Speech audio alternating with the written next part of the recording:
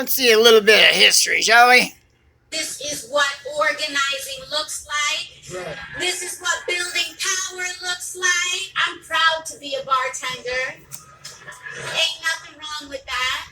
Ain't nothing wrong with changing the way we talk to get more black votes. Ain't nothing wrong with that. Quote, I'll have them niggers voting Democratic for the next 200 years. End of quote. Lyndon B. Johnson. As much as Lyndon B. Johnson's statement sounds controversial, as much as it sounds despicable and disgusting, as much as that statement represents a reality. Unfortunately, it does represent a reality. Black people have been voting for the Democratic Party in droves.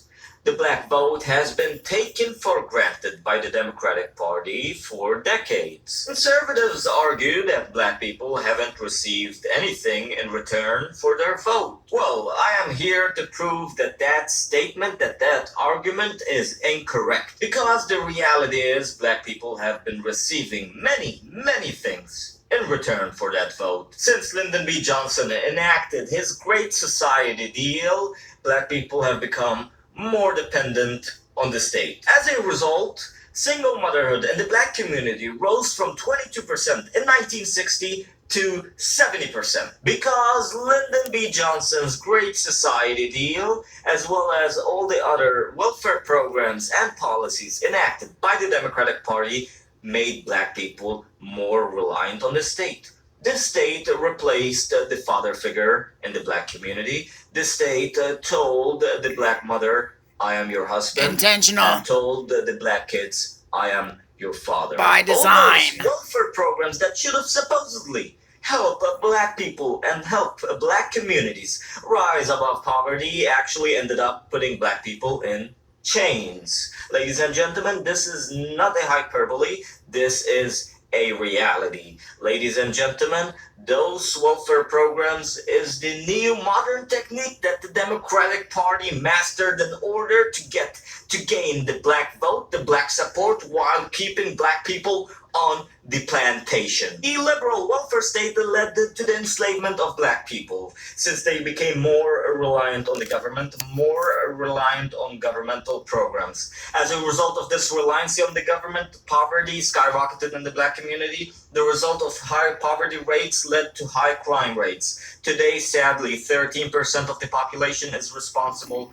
for 50% of all murders committed in the country. Sadly, today, black people are shooting each other at a much more significant rate than any other community. It appears that black people forgot that the Democratic Party, led by the Clinton administration, who coined the term super predators, put more black people in jail than any other administration. We need to take these people on. They are often connected to big drug cartels. They are not just gangs of kids anymore. They are often the kinds of kids that are called super predators. No conscience, no empathy. It also appears that black people forgot that the Democratic Party invented the KKK and that the Democratic Party enacted the Jim Crow laws. Facts. And that the Democratic Party was responsible for slavery. To ensure that black people do not question why their communities are sinking in poverty and crime and why black students constitute the majority of high school and college dropouts, the Democratic Party created the theory known as the victimhood mentality,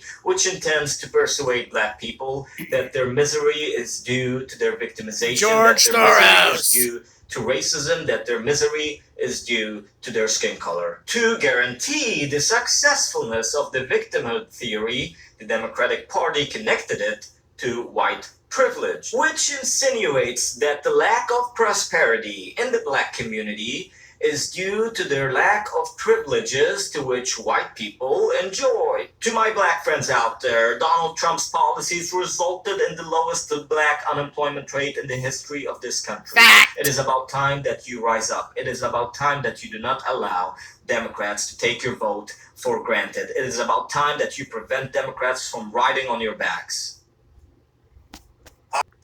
And here's some words straight out of LBJ's mouth. Say, well, you can't have a poll tax. They say you can't have a gas tax or cigarette tax or anything else.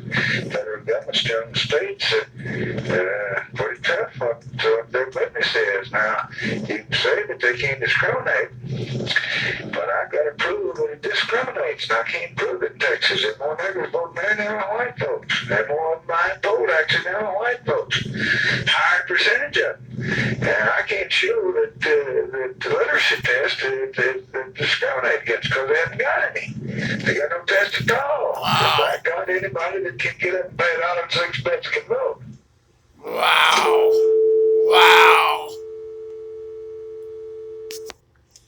And Rob Reiner here. Listen to his problem with LBJ. I was of draft age during the Vietnam War. So for me, Coward. Lyndon Johnson was the devil.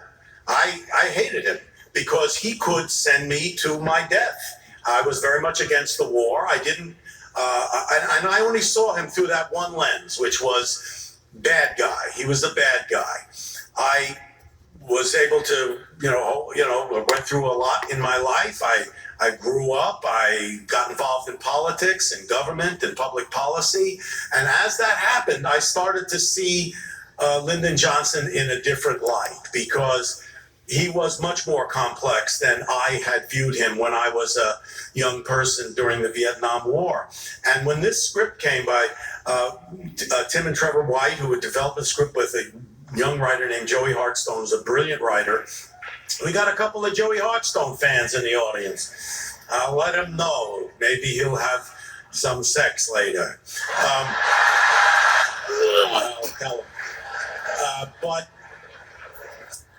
when the script came, my first instinct was, I don't know, do I want to make a movie about LBJ? But the more I thought about it, and the more I reflected on the experiences that I had had, like I say, in government and public policy, I said, no, this guy was much more complex than I had thought. And I had read most of the Caro books.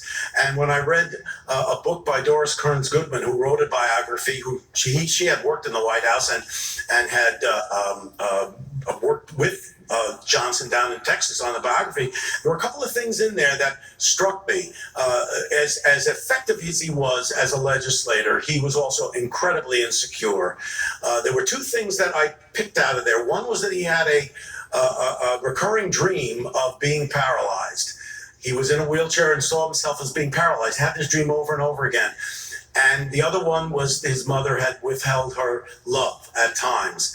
And so here was a guy who was, insecure, fearing not being loved, at times incapable of moving forward, making a decision. And yet, when he went into action and did what he did, there was nobody more effective than Lyndon Johnson.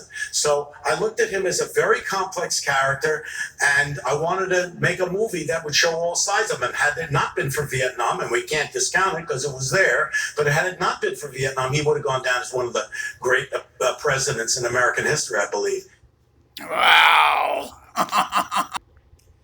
And Rob Reiner's only complaint with LBJ was that he might have to go to war? Wow, what an idiot. And on my 18th birthday, I probably went with my dad up to the post office and enlisted myself in the draft. Wow, what a coward, what a piece of crap human being. So was LBJ, Jim Crow, all these disgusting Democrats.